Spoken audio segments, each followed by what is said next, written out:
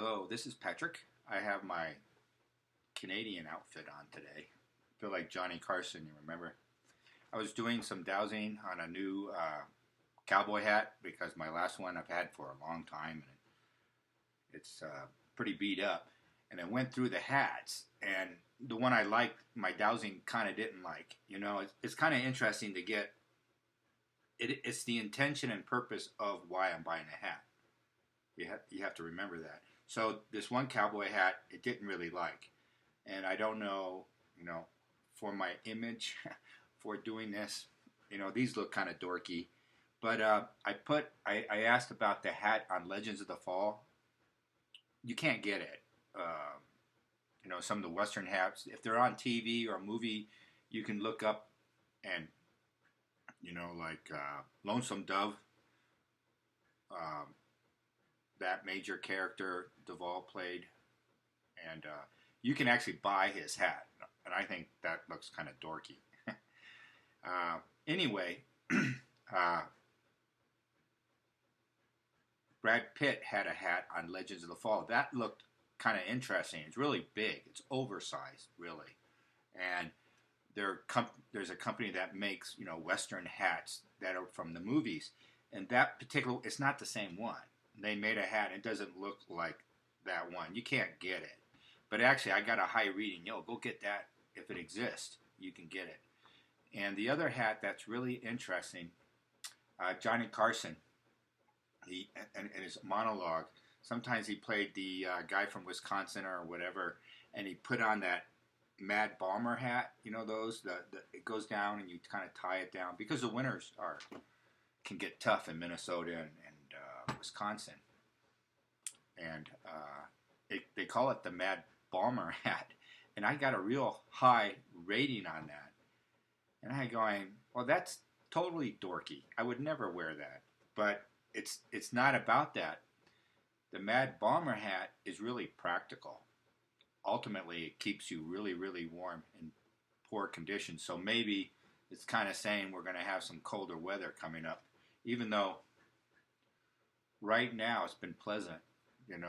The fall has been overall warmer. Just calm down. Max, come on. Oh gosh. Oh. He thinks we're going hiking. I would call it away again. Doing things. Loving Christ. I'll be back in a second. Sorry for the interruption. So that's what I'm saying. It's kind of interesting how that works. I have a map of the country. I'm going to try to show safe havens.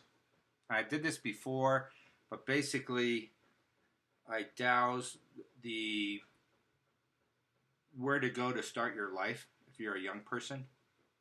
That sort of way. That's the angle I'm taking. I'm not taking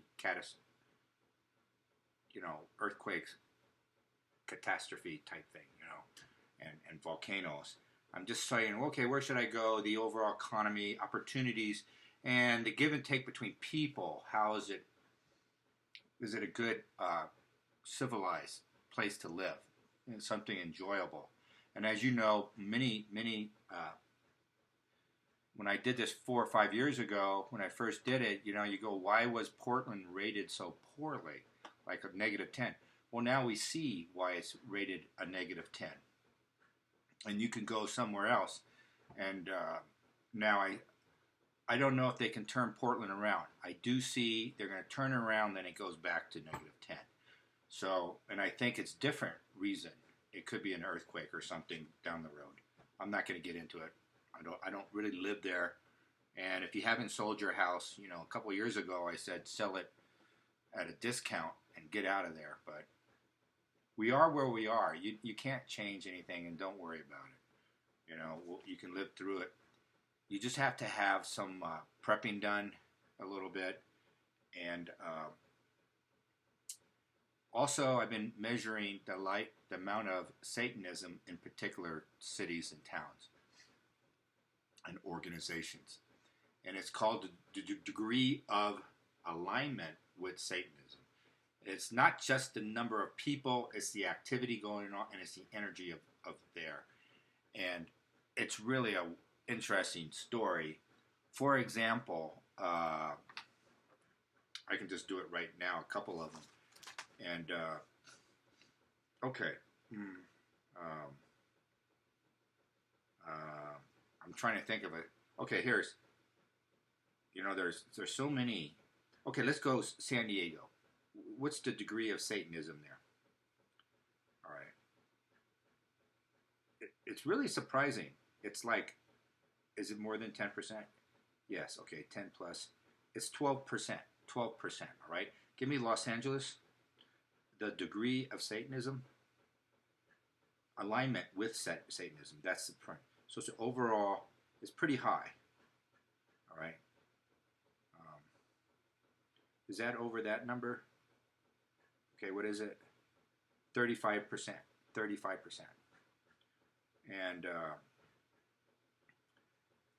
and almost as a flip, when I go do these scores, the towns that are high in alignment with Satanism, Luciferianism, what does this mean? It kind of means it's something I'm just bringing up to make a more or less statement.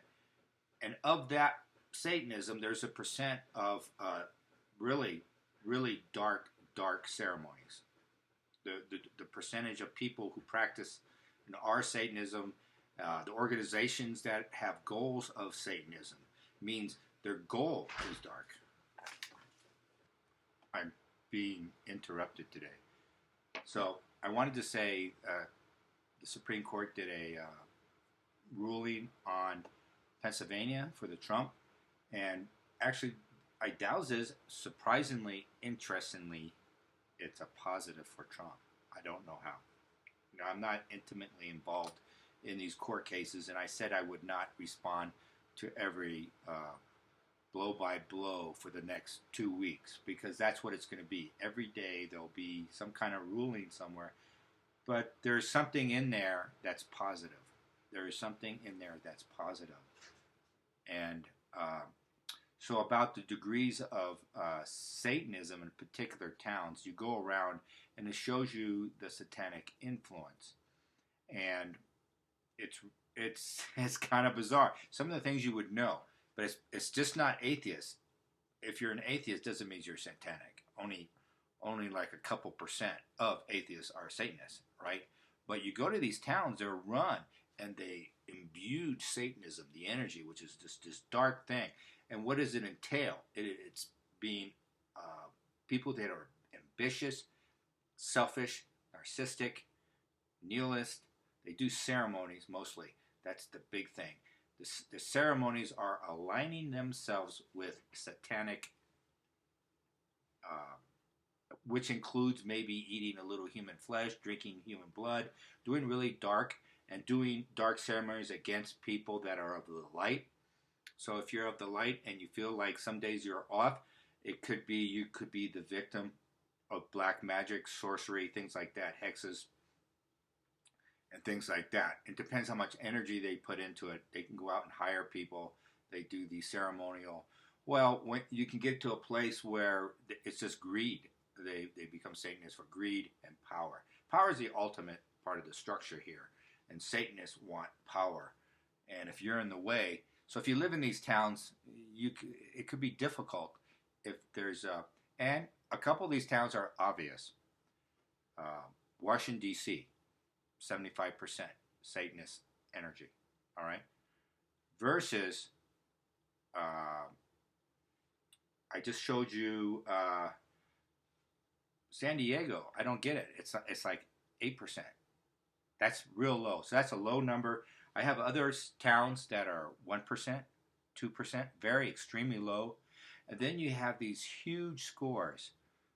Manhattan, Washington, D.C., very, very high scores, those particular areas.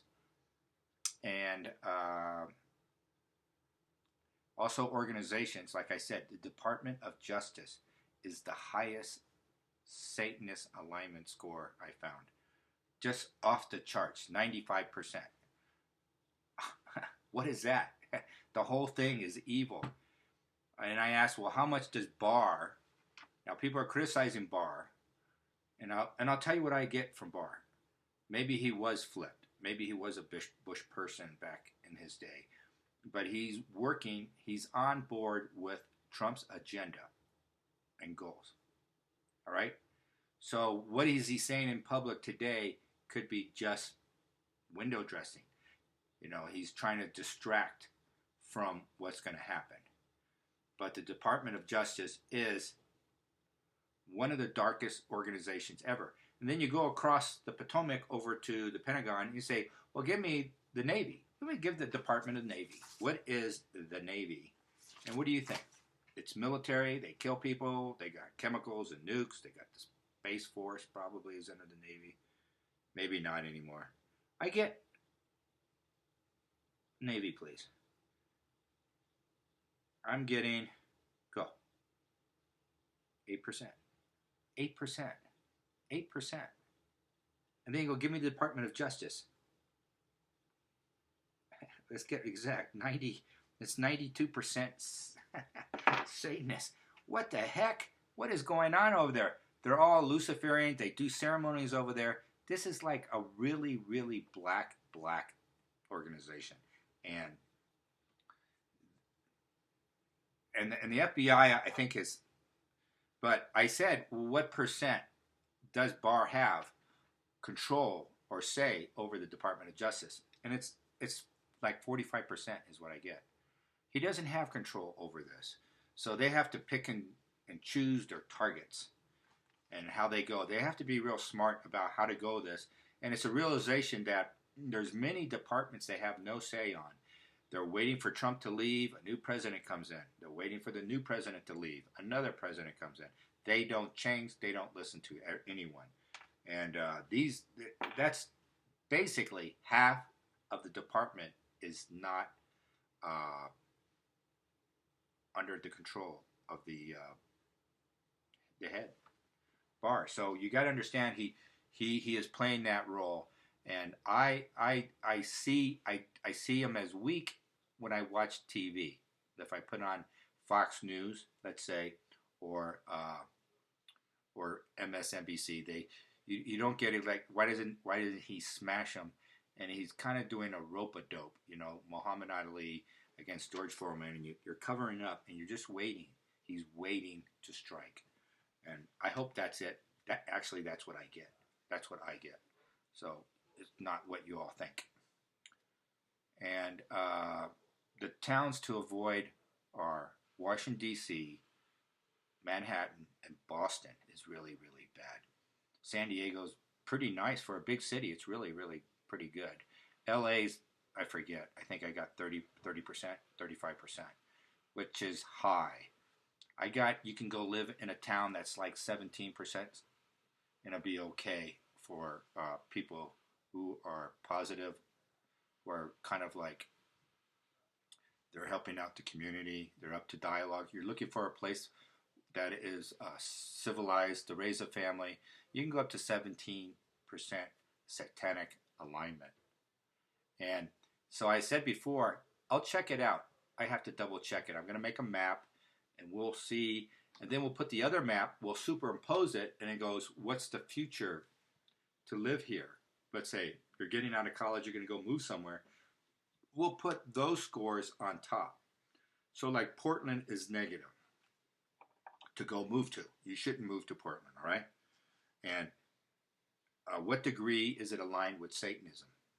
And these are people doing black magic to varying degrees. There's varying levels to it. So I'm getting Portland, give me the alignment to Satanism, is 49%. 49%. Okay, and my final comment. I was searching YouTube a couple days ago, and have you ever seen the, he's a preacher, I'm not sure what, like a Christian preacher from India, and he wears an orange garb, and I don't know his name, Sadhu, something like that. And anyway, he he has his dreams and visions, and I disagree with a lot of what he says. But on one thing, it's very interesting. He says if Trump is not elected in the next 20 days, like he wins this process of disputing the fraud in the election, if he doesn't win and Joe Biden does become president, he thought that was the end of the United States. That was it. It's that critical. And when I douse it, I get the same thing. We just take a nosedive economically.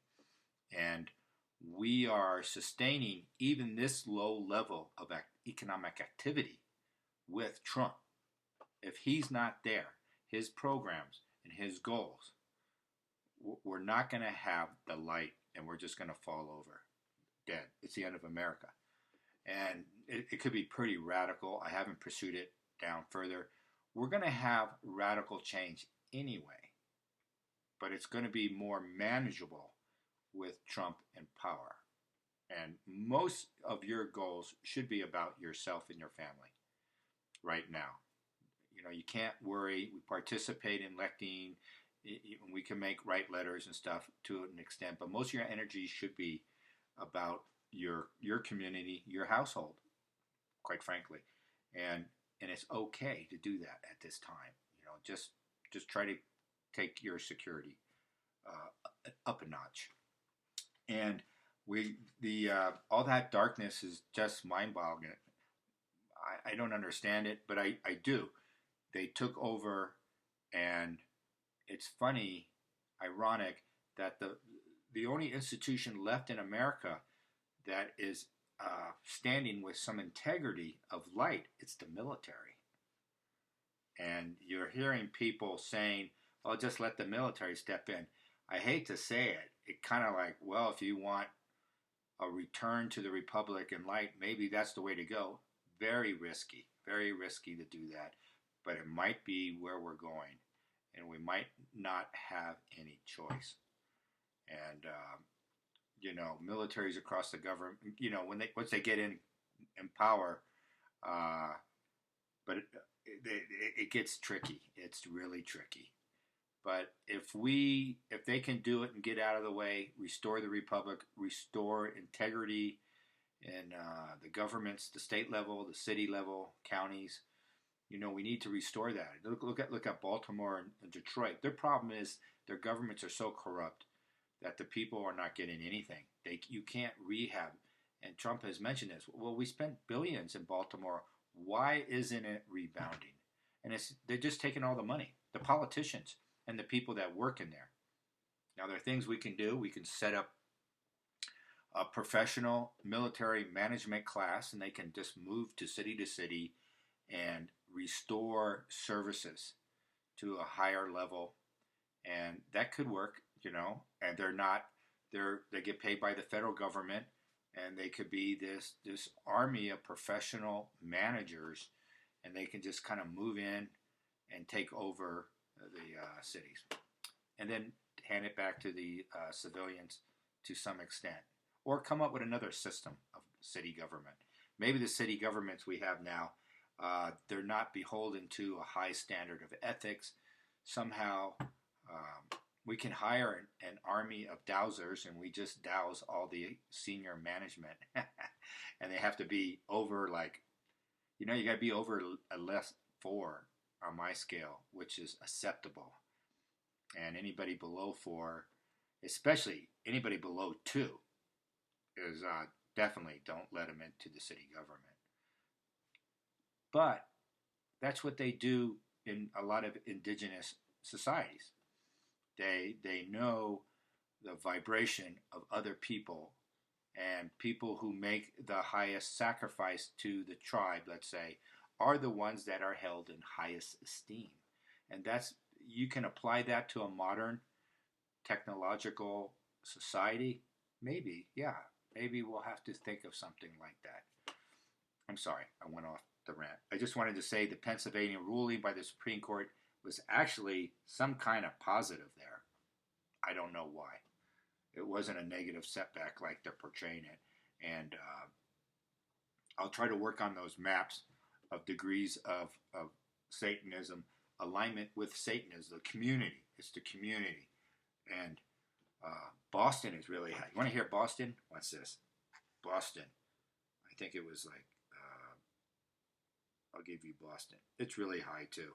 Those cities, Manhattan, D.C., and Boston, now it could be they're so old and entrenched, they go back to the colonial time, and maybe generations just took power and they do all this Satan worship. Yeah, it's really, really, Boston is really, really high. And you got Harvard and MIT, which are probably dark. Show me Harvard as an organization. Its alignment with Satanism is total. It's 90%. You know, you almost, I don't know if you can say that. What do? You close it. You close it. It's not alignment with the Republic, with the Constitution and the Bill of Rights. Harvard is not aligned with that, which is light. Those are all tools of the light, as it were. And we're going to be returning to the light. Show me America totally. The vibration now, we're down at, I'm just going to say roughly 2.5, something like that. Where will we be in 1 year? It's going to go up. This is really amazing. 2 years. 3 years. I would say 2 to 3 years, we're going to return to the level of 1960, which is roughly a 5. And what would be in 10 years? It's about the same. So we're going to return to 1960 vibration level. And you go, well, we didn't have civil rights then, and da-da-da-da. It's sort of not about that. We're measuring light, vibration. And it's how you treat all. The people in general treat everyone else with respect, decorum. It's higher. Doesn't mean you have money. Doesn't mean there's people that are poor have high vibrations. It has nothing to do with that. It's how you treat and see your fellow human being, all creation. With this kind of vibration, we get up to 4 and 5, we can move forward. We can start moving forward again. So it looks like this tells me that Trump will prevail, because that's the only way. These kind of programs he's setting up at the state level and local level, and the role of the federal government is going to return power and responsibility to the local level, and that the whole country increases in vibration. This is before 1960s, before we were a communist country like we are now. And it's very interesting. I thought, the Navy. This is just a sample, an example of, Paramahansa Yogananda in his book, Autobiography of a Yogi. He did two things. He did a few things, but one, he was comparing the gospel with aspects of Hinduism, and he was looking for common ground.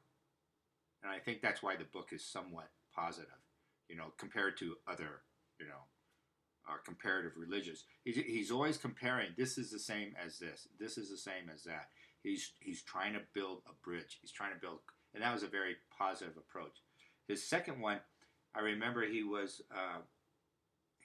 going to an army base, and some of his followers in age go, "Why are you going to an army base? These people kill people." You know what I mean? And he goes, "No, these souls, that's how he looked at things too, and I do as well, are duty, honor, country, and other things. They got a whole litany of being a high integrity, doing your job, discipline, the aspect of discipline, because if you can do discipline there, you can do discipline in your spiritual approach to life, and things like that. Raising a family, bring discipline to raising the family, so and being honest and telling the truth and things like that, He said there's a lot of positive things in the military, even though ultimately, there's a lot of negative things there, but ultimately the people focus on duty, honor, country, like that. They focus on these higher vibrations. And I just wanted to point that out, because why is the Navy so much higher? They don't have that Satanism, because they kicked those people out. And I know there's hidden there's hidden organizations within the Army, the Navy, the Air Force, and but by and large, compared to these other organizations, like the Department of Justice is totally dark. Do not get messed up with those people. They're just Luciferian. They're doing black magic. They're doing black ceremonies. Um, which is drinking blood and stuff. It's really bad, and I don't know if you can fix that. I don't know if you can reform that other than a wooden stake. But you might just have to create a new Department of Justice, a new FBI. Maybe the FBI you can't. They're just using their power against the people, and I don't know if you can really reform these people. You need the technology. You need the technical expertise, that sort of thing. But you can train people. You can start from scratch, and maybe you can salvage something in there. Some people with forensic and all these experts.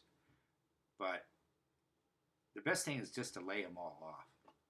Maybe 95% of them, and get some people in there and see if you can identify anything else. The other thing about the Department of Justice, I did this a while back. I didn't tell anyone, but when I douse what it's made up of, let's do it really quick. The Christians are about 8%. People who identify and see themselves as Christians. Now, the country, my dowsing is different than polls. They say like 49% of the people are Christians now, and the rest are atheist dogs. But it's not. I'm getting 65%. And a lot of people don't go to church. Christian doesn't mean you're going to church. The Christian means you're sort of like living it. You sort of agree with it. You're aligned with that energy of Christ. And that includes some New Agers too, and some, Buddhists as well and stuff. So people more or less are aligned with the Christ light, who see themselves as Christians. More or less, it's 65%. Pretty low number. But in the Department of Justice, it's 8%. Wow. That's stunning. So that's another reflection of it's a Satanist organization, right? The Satanists would attack the Christians and things like that, and they are doing it. Now, as I said before, just because someone is atheist doesn't mean they're Satanists. Very few. Matter of fact, of all atheists, it's probably the other 40 or 35%. Of that number, only 8% are Satanists. So most atheists are not Satanists. This is something rare, and this is show you how Satanists take power. They go for the levers of power. Part 9. Sorry for the interruption, but there's something else I wanted to say. It's about the geopolitical things, and there's a secret relationship between Russia and America, and what I wanted to say was Russia built this cathedral for the army outside of Moscow. Have you seen it? And it was a rush job. They did it. They completed the whole cathedral in 18 months, and it's an Orthodox cathedral for the army. And when you look at it, it's pretty overwhelmingly dark energy. A cathedral should be, maybe like a 4 or 5. They're always like, okay, there's nothing great about it. Some cathedrals are probably higher depending who built it, what function, and what angels are in it, something like that. But this is a war. This is a war cathedral. I'm going to put the picture up right here. I'll go back and get it and put it up here. And they have, in general, it's a dark color. It looks dark. It feels dark. And when I douse it, it's like a 0. A normal church is like 4 or something. And this is a 0. And they built it for that. It is a war cathedral. It's about the existential. It's about the existence of the Russian soul, the oversoul of the Russian people. They feel. When I saw this, I go, Russia feels. The soul feels an existential threat in the near future. And this cathedral is probably being built for war masses services to bring in the energies to defeat their enemy that they see on the horizon. Who does Russia fear or think is a threat? I think there's a couple. America is not one of them. NATO is not one of them. Isn't that interesting? Remember, the Russian population is probably 150 million right now, 145, something like that. So they're fairly small, and they're not messing around. They're gonna survive, and they built this, and this cathedral is like awesome. It's like it's out of, and I kind of douse who, and you can kind of guess who. I think I'll stay away from who the threat is. But there's two general categories that are a threat. They see it, and they're not going to mess around. And they're asking the dark side of their soul, which we all have. We all have our doppelganger, like our dark side of our soul, to do the job to defend the Russian people from any possible existential threat. And they're going to hit them with everything they got, including dark masses. So I'm not worried about it, but I'm thinking it's interesting. These are expressions you can see on the outside, what's going on in the world and how it will impact us. And I think so. You have India and China are having something. Please don't leave any comments about India and China. But so they're having a little border dispute. But it's really more about probably China trying to dominate India, all right? And China recently has been doing this. They took back Hong Kong before the treaty said they could. They just did it because we're so powerful. We're taking the South China Sea and building these military islands because we are the Communist Party. We can do anything we want. We're China. And China's being very aggressive. But in particular, it's not China, it's the Communist Party. It's the Communist Party of China. And this is an issue with India. So the Communist Party of China is trying to assert its power over India. They're fairly confident they could beat India in a military confrontation. I think this will go away once the Communist Party is defeated. I think that is coming. They're not as smart as they think they are, and they're really dark. It's obviously they've always been dark, and they've been given this free ride, and Trump has put an end to the free ride, and they're not going to get all this money, and they're not going to get all this technology in the future. And as I said, there are hidden technologies the Chinese don't know about, and that's that. For the Chinese people, it's going to be great when they get rid of the Communist Party. And I do see that coming fairly soon. Maybe a couple years or something. Okay? Thank you. Bye-bye. Hello, we're back. Sorry about all the interruptions today, but I always have these little thoughts I wanted to get out there before I forget. Yesterday I was thinking about the heart chakra is probably arguably one of the most important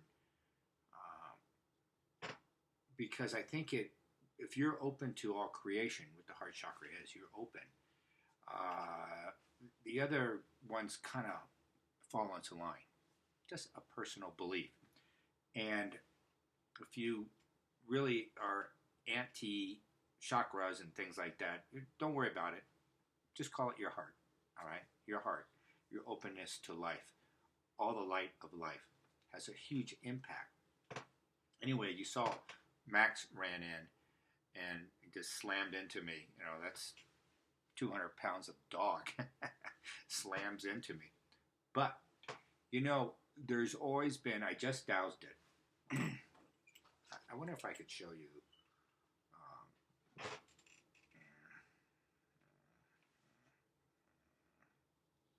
All right. There you go. You may or may not see it. It doesn't matter. I'll tell you. Okay. What percent of the average person has their heart chakra is closed? What percent? All right. I kind of forget. I think it's like 80%. Yeah. Do you see that?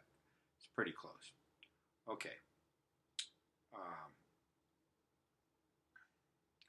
What percent of my viewers' heart chakra is closed? What percent of my viewers, the average? Okay. So it's going towards you. All right. It's pretty much 50%. So don't worry about it. So 50% is close. That's not bad in this world. Okay, so if you say the Our Father 3 times, show me what it does to the heart chakra. It's only it's pretty astounding, right? I don't know what that is. Let's say 25% or 20%. So you go from 50 to 25. Show me if you get a dog or a cat as a pet. Show me what it does. For the 50%ers, it opens your heart another 50% down to you're only close 25. You were close, and the average person is 85.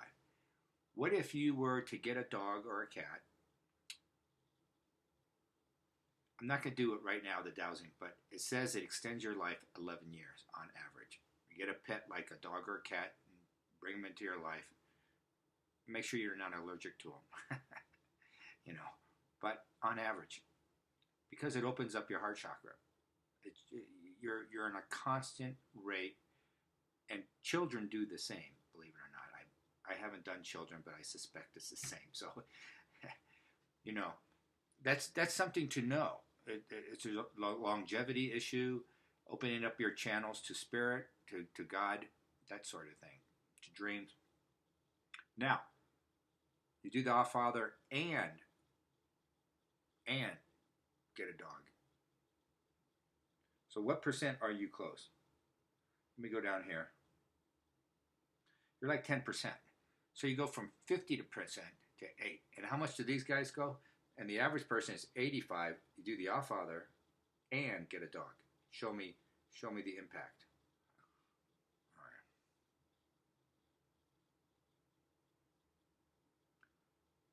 So I'm going to say it's 15, 20%. And then the 50%ers you're actually going to be below. If you're 50% to begin with, let me, the exact number is